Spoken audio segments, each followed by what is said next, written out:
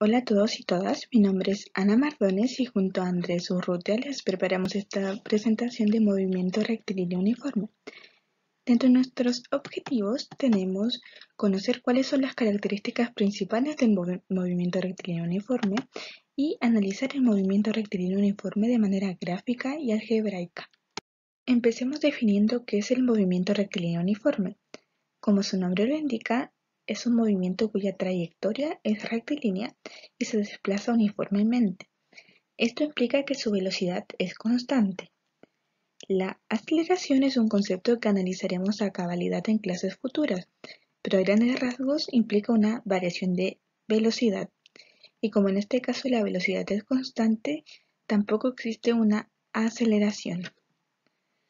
Ahora el desplazamiento será igual a la trayectoria en este tipo de movimiento. Esto es importante recalcarlo ya que, como hemos visto, esto no se cumple en todo tipo de movimiento.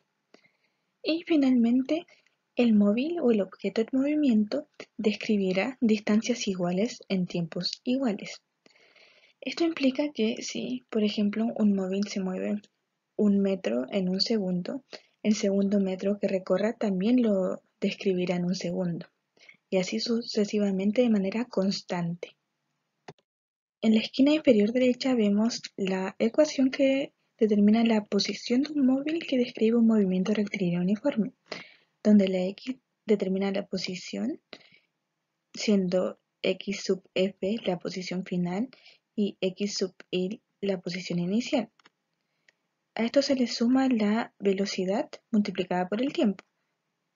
Si analizamos este tipo de movimiento en un gráfico, en esta tenemos en uno de los ejes, el eje X, la variable del tiempo, que sería la variable independiente, y en el eje Y tenemos la variable de la distancia, o la posición, que sería la variable dependiente. Aquí vemos una variación de posición durante una variación del tiempo. ¿Qué información nos entrega? Nos entrega que el móvil se encontraba en reposo en la posición x sub y hasta llegar al tiempo t sub y. Llegado a este punto, el móvil comienza a desplazarse de manera uniforme, ya que la pendiente es una recta, de manera uniforme hasta llegar al tiempo t sub f, donde se encuentra en la posición x sub f. ¿Qué otra información nos entrega esto?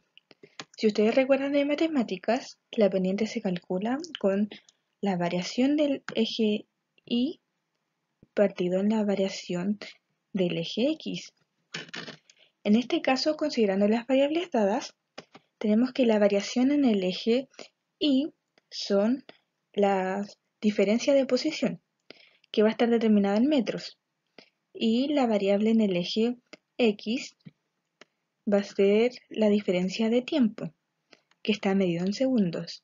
Si analizamos esto, vemos que la pendiente sería metros dividido en segundos, lo que nos daría la velocidad en la que se produce este movimiento rectilíneo uniforme.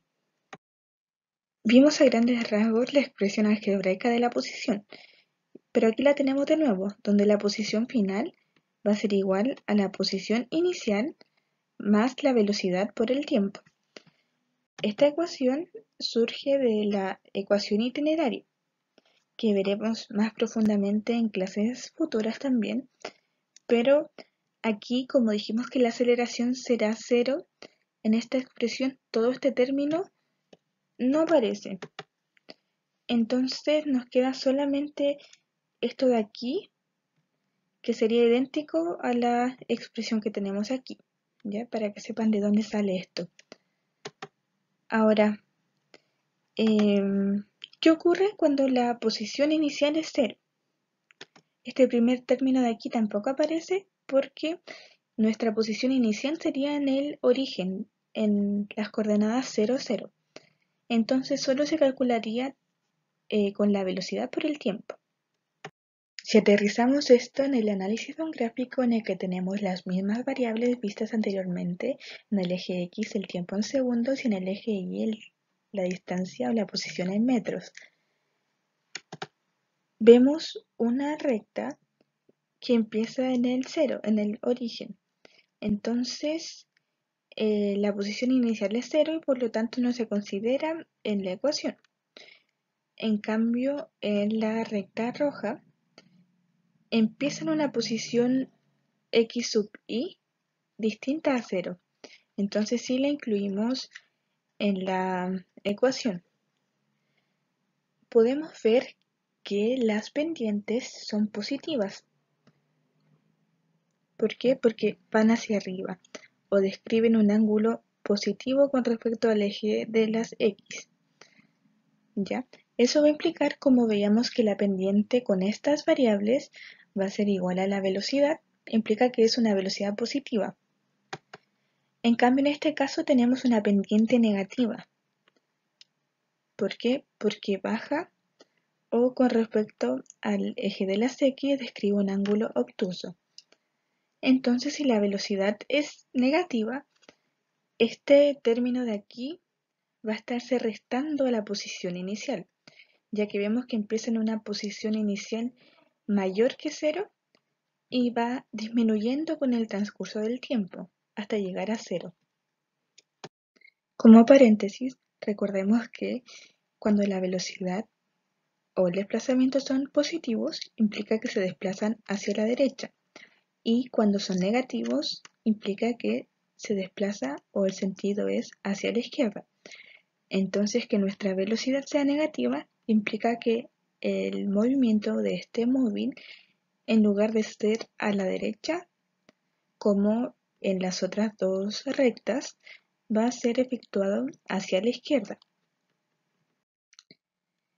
Aquí tenemos un gráfico con diferentes variables, donde tenemos la velocidad con respecto al tiempo.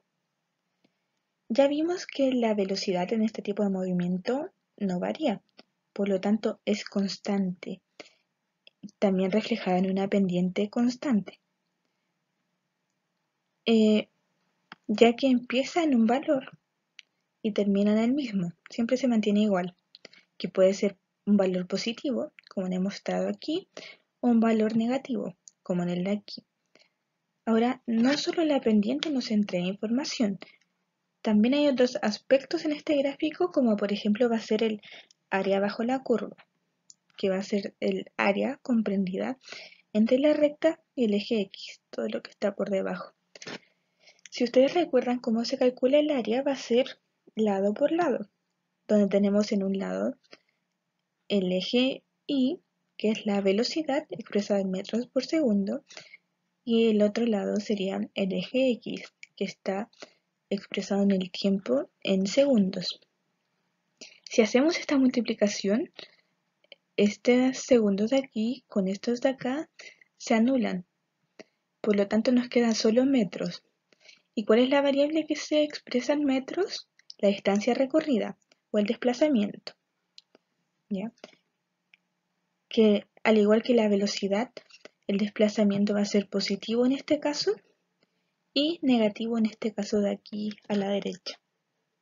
Si analizamos estos dos tipos de gráficos vistos anteriormente, nos daremos cuenta de que tiene una forma característica para este tipo de movimiento, donde cuando comparamos la posición con respecto al tiempo siempre se va a describir una recta que va a tener una pendiente definida que no varía, ya que esta línea siempre va a ser recta y no se curva, ¿ya? En este tipo de movimiento nunca se curva, aunque puede ser positiva, como esta que se ve aquí, o también podría ser negativa, como veíamos anteriormente. Con respecto a la velocidad versus el tiempo, ya vimos que la velocidad es siempre constante, por lo que siempre vamos a ver esta recta paralela al eje X, ¿ya? Que también puede ser positiva, aquí arriba, los valores positivos de Y, o negativa, que estaría en los valores negativos del eje Y. ¿Y qué sucede con la aceleración? Ya dijimos que no había aceleración, entonces ¿cómo lo graficamos? Bueno, la aceleración también es constante al igual que la velocidad, pero esta aceleración va a ser cero. ¿Por qué? Porque no hay aceleración, entonces siempre es cero en este tipo de movimiento. Entonces lo vamos a ver simplemente como una línea recta que coincide con el eje X. Bueno, esto sería todo para el video de hoy. En la clase vamos a profundizar con ejemplos más concretos, poniéndole números, lo va a hacer más fácil, créanme. Y también seguiremos con el análisis de gráficos, que es muy importante para el tipo de prueba que van a tener ustedes. Muchas gracias por ver este video.